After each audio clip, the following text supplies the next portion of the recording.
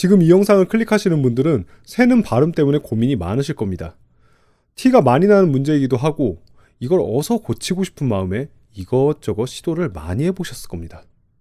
하지만 새는 발음은 교정을 흔히 알고 있는 방법으로 하려고 해도 잘 해결되지 않습니다. 혀의 위치를 연습하는 거, 볼펜 등 여러 가지 도구를 이용해서 발음 연습하는 거, 이런 것으로는 절대 해결되지 않습니다. 아마 다들 한 번쯤 해보셨을 테고 그때 잠깐 뭔가 바뀌는 듯 하다가 결국 똑같은 상황이 반복되실 건데 그 이유가 뭘까요? 이 영상을 끝까지 보신다면 그 이유에 대해서 알게 되실 겁니다.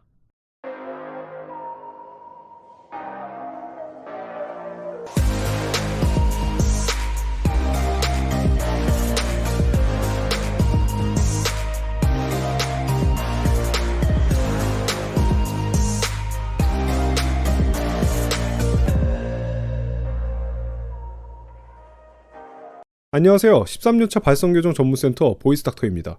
자, 새는 발음이라는 것은 여러 가지 경우가 있지만 결국 혀의 과수축, 그리고 조음기관, 턱이나 혀, 입 같은 이런 곳들의 과긴장으로 발음을 할 때 원래 있어야 될 포지션의 기관들이 있지 못하고 자꾸 다른 긴장을 해서 생기는 결과물들입니다. 그래서 많은 학원이나 기관들이 혀의 위치를 가지고 연습을 유도시키는데 근데 그게 정말 완전 잘못된 접근법이라는 거죠.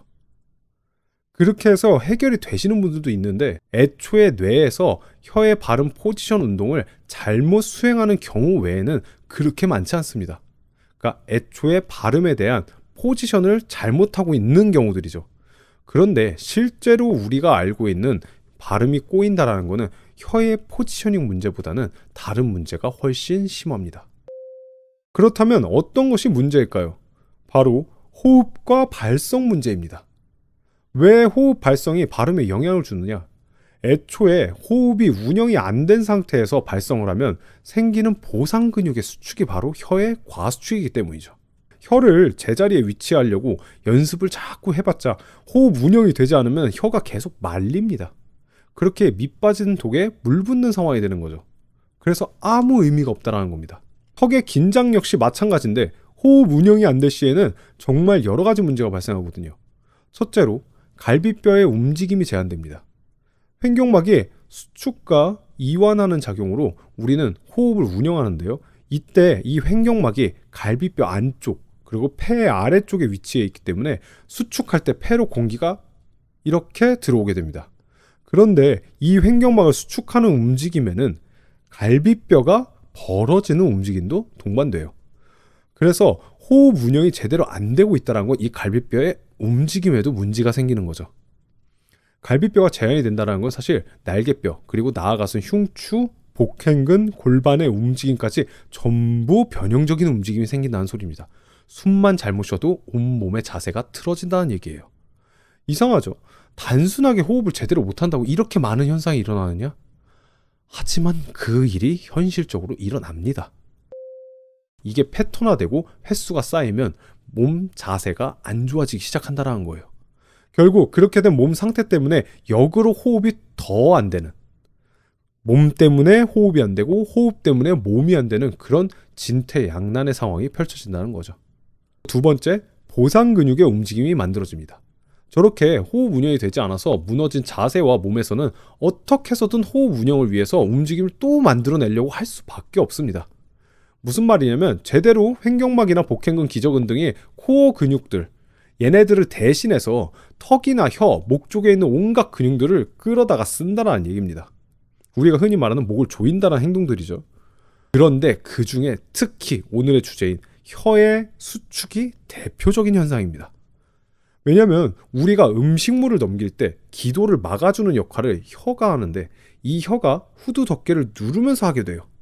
이때 이 행동이 일종의 호흡 조절의 역할을 하기도 해요.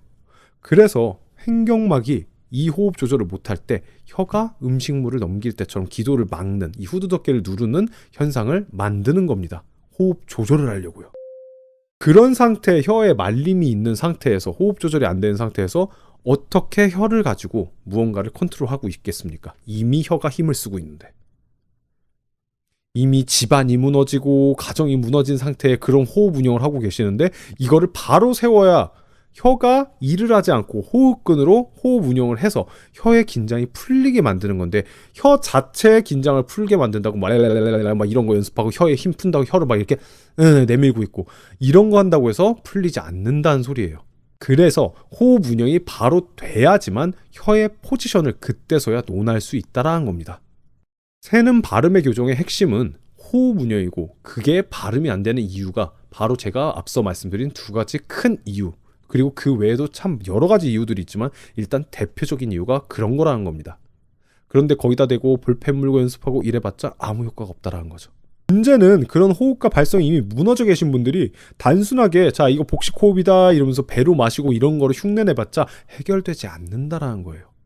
이미 자세 전체에 변형이 오셨을 가능성이 많기 때문입니다. 나는 원래 어렸을 때부터 그랬는데? 라고 하시는 분들은 사실 성장기의 자세가 무너지시는 분들도 굉장히 많기 때문에 그때부터 문제였을 수도 있고 혹은 유아기 때도 잘못된 자세나 환경으로 무너지는 경우들도 되게 많아요. 뭐 엎드려서 재웠다든가 업어 키웠다든가 그러면 이렇게 골반이 좀 벌어지는 경우들이 좀 많이 있거든요. 그래서 그런 걸로 좀 무너지는 경우들이 있고 그런 걸로 좀 무너질 수도 있고 혹은 발음이 좋지 않은 어른들 손에 자랐을 경우 그런 소리를 계속 듣고 자랐을 경우에도 무의식 중으로 그 패턴을 따라하면서 습관화되는 경우들이 있습니다. 그래서 좀 조심스러운 얘기긴 하지만 할머니, 할아버지 손에 자란 아이들이 발성이 조금 좋지 않은 경우들도 덜어 있습니다. 지금 여러분의 가장 큰 문제는 호흡을 운영할 수 있는 발성을 잘 낼 수 있는 몸의 구조를 먼저 구축하고 그 다음에 그 상태에서 발음을 자연스럽게 만들어 나가면서 부족한 부분을 그때 보강을 해줘야 되는 건데 여러분들이 지금 이 호흡 자체가 잡히지 않아서 혀의 포지션이 과수축되어 있는 상태에서 발음 연습을 계속 하려고 그러면 다른 곳에서 발음을 더 잘 내려고 노력을 하니까 새는 발음이 좋아지지가 않는다라는 거죠.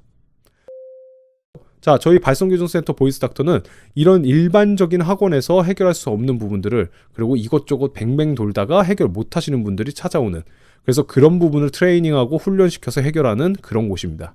새는 발음에 대한 교정은 절대 어떤 하나의 방법만으로 해결할 수 있는 게 아니기 때문에 1대1로 각자 몸에 맞게 진단하면서 진행해야 돼요. 그래서 만약 이런 문제로 고민하고 계시고 여러 군데를 돌아다니셨는데도 나아지지 않았다면 저희 보이스닥터를 방문해 주시면 훨씬 더 많은 해결점을 찾을 수 있으실 겁니다. 이번 영상은 여기까지 말씀드리고 다음 영상에서 찾아뵙도록 하겠습니다.